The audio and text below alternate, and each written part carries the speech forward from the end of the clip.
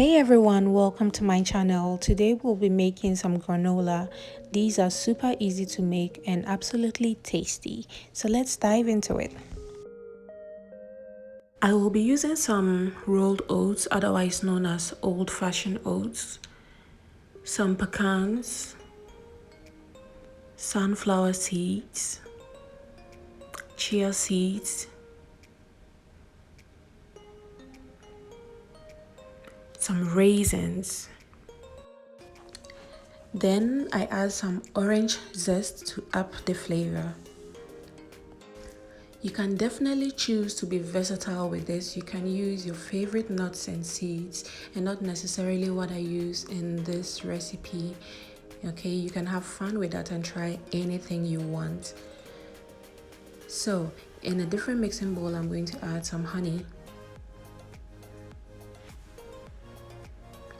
Then I'll go in with some maple syrup.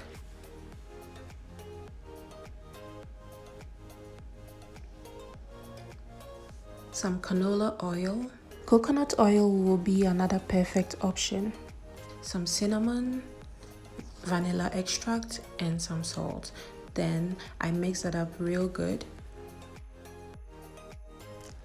That looks nicely done now, so I'm going to add it to the rest of my nuts, seeds, and oats.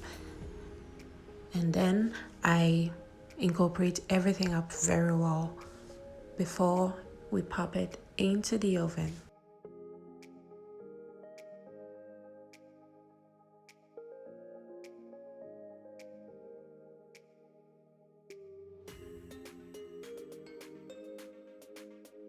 I'm then going to go ahead and spread this on a baking tray lined with parchment paper, and I do this to make sure I can get everything off easily, and it just helps to keep everything nice and tidy.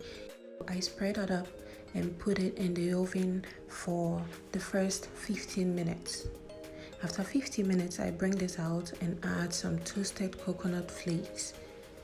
Right, this is already toasted, that's why I didn't add it in the beginning, so you can add it midway. And now I mix everything up just to make sure I have the coconut flakes in pretty much every part of the granola.